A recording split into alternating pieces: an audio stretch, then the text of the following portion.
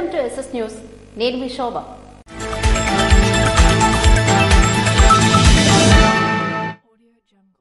వార్షిక జిల్లా police sports మరియు గేమ్స్ మీట్ అంగరంగ వైభవంగా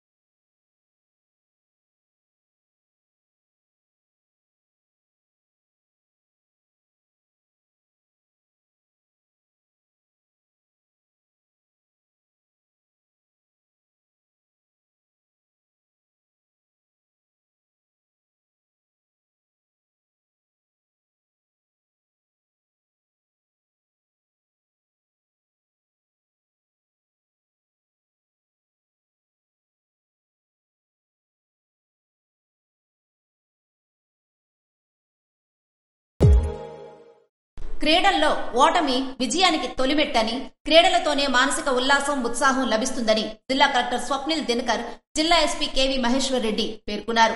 ఎచ్చెర్ల స్థానిక ఆర్మడ్ రిజర్వ్ పోలీస్ మైదానంలో గత 2 రోజుల పాటు నిర్వహిస్తున్న 2024 పోలీస్ స్పోర్ట్స్ మరియు గేమ్స్ 3వ రోజు ముగింపు కార్యక్రమం అంగరంగ వైభవంగా జరిగింది. ఈ ముగింపు కార్యక్రమానికి జిల్లా కలెక్టర్ స్వప్నిల్ దినకర్ ముఖ్య అతిథిగా, జిల్లా ఎస్పీ కేవీ మహేశ్వర్ రెడ్డి విశిష్ట అతిథిగా హాజరై ఫైనల్ మ్యాచ్లను ఆసక్తిగా తిలకించి గెలుపొందిన పోలీస్ క్రీడాకారులకు బహుమతులు ప్రదానం చేసి ప్రత్యేకంగా అభినందించి వారిలో క్రీడా స్ఫూర్తిని నింపారు. గత 3 రోజులుగా నిర్వహించిన క్రీడా పోటీల్లో శ్రీకాకుళం, టెక్కలి, కాశీబుగ్గ సబ్ డివిజన్ లో జిల్లా పోలీస్ కార్యాలయం, జిల్లా హోంగార్డు విభాగానికి చెందిన పోలీస్ అధికారులు, సిబ్బంది ఉత్సాహంగా క్రీడల్లో పాల్గొని వారి యొక్క ప్రతిభను కనబరిచారు. అనంతరం పోలీస్ సబ్ డివిజన్లు, ఆర్మ్డ్ రిజర్వ్, హోంగార్డు విభాగాల పోలీస్ క్రీడాకారులు ముగింపు మార్చ్ పాస్ చేసి జిల్లా కలెక్టర్, ఎస్పీకి గౌరవ వందనాన్ని సమర్పించిన అనంతరం స్పోర్ట్స్ మీట్ క్రీడా ప్రతీకగా సూచించే పోలీస్ క్రీడా పతాకాన్ని ముఖ్య అతిథి కలెక్టర్ వారికి అందించారు. జిల్లా ఎస్పీ కేవీ మహేశ్వర్ రెడ్డి మాట్లాడుతూ, క్రీడల్లో భాగస్వామ్యం ముఖ్యం, గెలుపు ఓటములు కాదు అని, క్రీడలు జరిగిన 3 రోజుల్లో ఉద్యోగ ఒత్తిడి ఉన్నప్పటికీ క్రీడల్లో పాల్గొనడం సంతోషకరమని కొనియాడారు. ప్రతిరోజు కొంత సమయాన్ని వ్యాయామానికి కేటాయించి మానసిక ఒత్తిడిని తగ్గించే మార్గాలు క్రీడలు ఎంతో దోహదపడతాయని పేర్కొన్నారు. మానసికంగా, శారీరకంగా దృఢంగా ఉన్నప్పుడే ప్రజలకు మెరుగైన సేవలు అందిస్తామని తెలిపారు. ఆ దిశగా క్రీడా స్ఫూర్తితో దైనందిన జీవితంలో శారీరక, మానసికంగా దృఢంగా ఉండాలని అన్నారు. డిస్ట్రిక్ట్ పోలీస్ స్పోర్ట్స్ మీట్ 2024 ఈ రోజు క్లోజింగ్ సెరమనీకి నేను ఇక్కడ జాయింట్ కలెక్టర్ ఫర్మాన్, అలాగే ఎస్పీ శ్రీ మహేశ్వర్ రెడ్డి అటెండ్ అవడం జరిగింది. గత ఒక 3 రోజుల్లో ఇక్కడ చాలా ప్రతిష్టాత్మకంగా, చాలా ఒక పండగ వాతావరణంలో పోలీస్ సబ్ డివిజన్స్, అలాగే ఈ ఆర్మ్ రిజర్వ్ ఫోర్స్, అలాగే హోంగార్డ్స్ వాళ్ళు పోటీపడి ఈ ఫైనల్గా ఒక మంచి హెల్తీ ఎన్వైరన్మెంట్లో కాంపిటీషన్స్ ఇప్పుడు చేయడం జరిగింది. Both team sports as well as individual sports games కూడా ఇక్కడ ఆడటం జరిగింది. చాలా మంచిగా చేశారు. నేను from my heart I congratulate the entire police department, particularly the SP and his team to conduct this sports meet in a very good and fruitful manner. Thank you. Bhamini మండలంలో వంశధార నది పరివాహక ప్రాంతం నందు ఏనుగుల వల్ల పొలాల్లోకి వెళ్లలేకపోతున్నామని రైతులు వాపోతున్నారు. బామిని మండలంలోని వంశధార నది పరివాహక ప్రాంతంలో గత వారం రోజులుగా తిష్ట వేసిన ఏనుగుల గుంపు వల్ల రైతులు, ప్రజలు, గిరిజనులు పొలాల్లోకి వెళ్లలేని పరిస్థితి ఏర్పడిందని, అదే సందర్భంలో పొలాల్లో ఉన్న వరి కుప్పలు మరియు నూర్పు చేసిన ధాన్యం రాసులను, ధాన్యం బస్తాలలో పత్తి తదితర పంటలను ఏనుగులు నాశనం చేశాయని, షుగర్లెస్ ధాన్యం వరి కుప్పను వాటికి ఇష్టం వచ్చినంత వరకు తిని తదుపరి బస్తాల్లో ఉన్న ధాన్యాన్ని, బస్తాల్లో ఉన్న పత్తిని చెల్లాచెదురు చేశాయని రైతులు వాపోతున్నారు. బామిని గ్రామానికి చెందిన గురువిల్లి చలం నాయుడు యొక్క 50 సెంట్లలో వచ్చిన పంట షుగర్లెస్ ధాన్యం కుప్పను, అదే రైతుకు చెందిన సుమారు 50 బస్తాల వరకు అయ్యే ధాన్యం రాశిని మరో రైతు గురువిల్లి బాలకృష్ణకు చెందిన 4 బస్తాల్లో ఉన్న ధాన్యాన్ని బస్తాలు చించేసి ఏనుగులు చెల్లా చెదురు చేశాయి. అదే గ్రామానికి చెందిన గురువిల్లి జోగినాయుడు యొక్క 2 బస్తాల పత్తి పంటను చెల్లా చెదురు చేసి ఎందుకు పనికి రాకుండా నష్టం చేశాయి. కావున పై రైతులు పంట నష్టాన్ని వ్యవసాయ, రెవెన్యూ, అటవీ శాఖ అధికారులు తక్షణమే అంచనా వేసి తమకు పరిహారం ఇచ్చి రైతులను ఆదుకోవాలని ఆంధ్రప్రదేశ్ రైతు సంఘం జిల్లా ప్రధాన కార్యదర్శి బుడిత అప్పలనాయుడుకు డిమాండ్ చేశారు. అటు కొమరాడ, ఇటు భామిని మండలాల్లో ఉన్న ఏనుగుల గుంపులను తక్షణమే సురక్షిత ప్రాంతాలకు తరలించి రైతులను, ప్రజలను, మూగజీవాల ప్రాణాలను కాపాడాలని ఆంధ్రప్రదేశ్ రైతు సంఘం ప్రభుత్వానికి విజ్ఞప్తి చేశారు. ఈ రోజు భామిని మండలంలో భామిని గ్రామంలో వంశధార నది పరివాహ ప్రాంతంలో ఏనుగు సంచారం గత వారం 10 రోజులు తిరుగుతూ ఉన్నాయి. ఈ రోజు భామిని గ్రామంలో చెందిన కొంతమంది 3 రైతులకు సంబంధించిన ధాన్యాన్ని, పత్తిని నష్టపెట్టాయి. అదే క్రమంలో ఏదైతే ఈ భామిని మండలంలో కాదు పాలకొండ నియోజకవర్గం పరిధిలో విపరీతంగా గత 10 ఏళ్లుగా 2009లో లెక్కరేఖల అడవుల నుంచి విచ్చేసినటువంటి ఏనుగులు గుంపు ఇక్కడ ప్రజలకు, గిరిజనులకు కంటి మీద కునుకు లేకుండా చేస్తున్నాయి.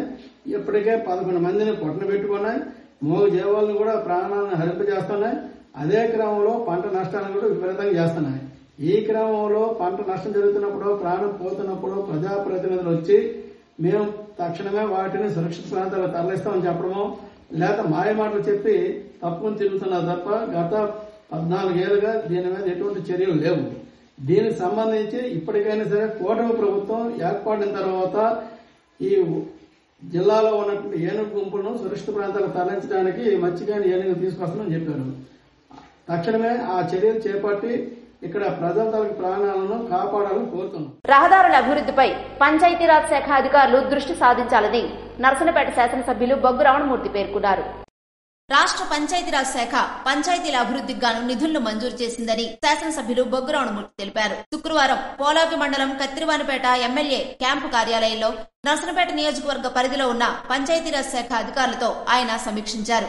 ఈ సందర్భంగా బొగ్గు రమణమూర్తి మాట్లాడుతూ పోలాకి, నర్సనపేట, జలుమూరు, సారవకోట మండలాల్లో రహదారుల అభివృద్ధిపై దృష్టి సారించాలన్నారు.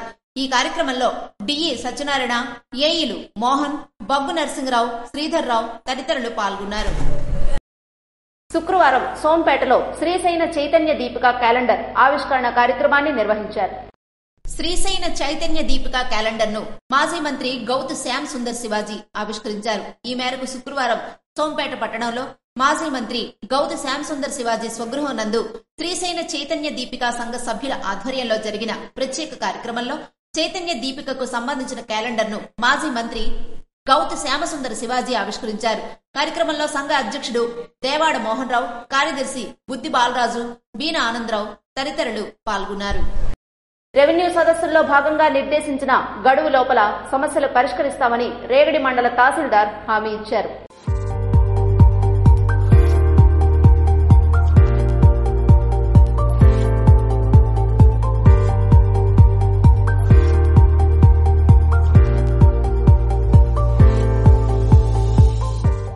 ముఖ్యమంత్రి నారా చంద్రబాబు నాయుడు ఆదేశాల మేరకు రాష్ట్ర ప్రభుత్వం రెవెన్యూ శాఖ ప్రతిష్టాత్మకంగా నిర్వహిస్తున్న రెవెన్యూ సదస్సుల్లో భాగంగా తహసీల్దార్ ఎన్ చిన్నారావు ఆధ్వర్యంలో విజయనగరం జిల్లా రాజాం నియోజకవర్గం రేగడి మండలం తాటిపాడు లచ్చన్నవలస పంచాయతీలో శుక్రవారం రెవెన్యూ సదస్సు కార్యక్రమాన్ని నిర్వహించారు. ఈ సదస్సులో రైతులు హాజరై తమ సమస్యలను రెవెన్యూ అధికారులకు నివేదించారు.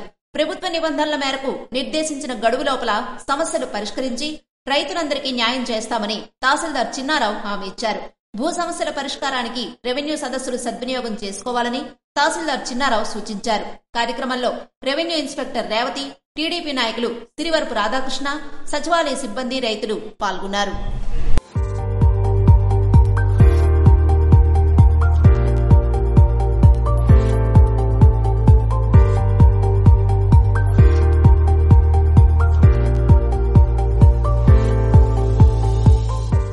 జలుమూరు మండల సాధారణ సర్వసభ్య సమావేశంలో శాసనసభ్యులు బొగ్గు రమణమూర్తి పాల్గొన్నారు. జలుమూరు మండల ప్రజా పరిషత్ కార్యాలయ సమావేశ మందిరంలో శుక్రవారం సాధారణ సర్వసభ్య సమావేశం నిర్వహణ ఎంపీపీ అధ్యక్షతన నిర్వహించారు. ఈ సమావేశానికి ముఖ్య అతిథిగా ఎమ్మెల్యే బొగ్గు రమణమూర్తి హాజరై నర్సనపేట నియోజకవర్గం జలుమూరు మండలానికి సంబంధించి గత సమీక్షలో జరిగిన అంశాల అమలుపై ఆరా తీశారు. అనంతరం శాసనసభ్యులు మాట్లాడుతూ సంక్షేమ అభివృద్ధి కార్యక్రమాలు నిర్దేశిత సమయాల్లో పూర్తయ్యేందుకు సరైన ప్రణాళికలు రూపొందించుకోవాలన్నారు. అలాగే అర్హులైన ప్రతి లబ్ధిదారుడికి సంక్షేమ కార్యక్రమాలు సకాలంలో అందేలా చర్యలు చేపట్టాలని అధికారులను కోరారు. ఈ నెలాఖరు వరకు గడువు ఇచ్చారు. ఎవరికి ఇల్లు లేవో వాళ్ళ గ్రామాల్లో నమోదు చేసుకోవాల్సిన అవసరం ఉంది. వాళ్ళకి ఇల్లు స్థలం ఉంటే ఇల్లు స్థలం ఉన్నట్టు, లేదు స్థలం కలిపి లేకపోతే స్థలం లేదని నమోదు చేసుకుంటే ప్రయారిటీ బేస్లో మరి మనకు ఉండే కోటాలో మరి 4 సంవత్సరాల్లో ప్రతి ఒక్కరికి ఆంధ్రప్రదేశ్లో ఇల్లు లేదు అనుకుంటే ఇల్లు కట్టే ప్రోగ్రాం సెంట్రల్ అండ్ స్టేట్, రాష్ట్రం అలాగే సెంట్రల్ గవర్నమెంట్ కలిపి ఇల్లు నిర్మించే కార్యక్రమం అనుకుంటుంది. కాబట్టి చాలామంది తెలియక ఇదేదో తెలుగుదేశం వాళ్ళు ప్రోగ్రాము, తెలుగుదేశం వాళ్ళు చెప్తే ఇల్లు వస్తుంది, లేకపోతే ఇది నేను పెట్టకపోతే ఎప్పుడో ఎక్కువ డబ్బులు వస్తే పెడతామని కాదు. మొదట డేటా కావాలి ప్రభుత్వానికి. ఎంతమందికి ఇల్లు లేవు, ఎంతమంది అర్హులు ఉన్నారని నమోదు చేయిస్తే ప్రయారిటీ బేస్ అంటే మనకు ఉండే ఇల్లుని బట్టి ప్రయారిటీ ఇస్తూ 3-4 సంవత్సరాల్లో ఇల్లు కట్టే కార్యక్రమం 100% జరుగుతాయి. కాబట్టి దయచేసి మీ గ్రామాల్లో ఇల్లు లేని వాళ్ళు ఎవరైతే ఉన్నారో, అర్హులు ఉన్నారో వాళ్ళకి నమోదు చేసుకోమని మీరు చెప్పవలసిందిగా ఈ సందర్భంగా తెలియజేస్తూ, ఈ సమావేశంలో ఎంపీపీ, తహసీల్దార్, ఎంపీడీఓ తదితరులు పాల్గొన్నారు. ఇవి ఇలాంటి వార్తలు. మరిన్ని వార్తలతో మళ్ళీ కలుద్దాం. చూస్తూనే ఉండండి SS న్యూస్.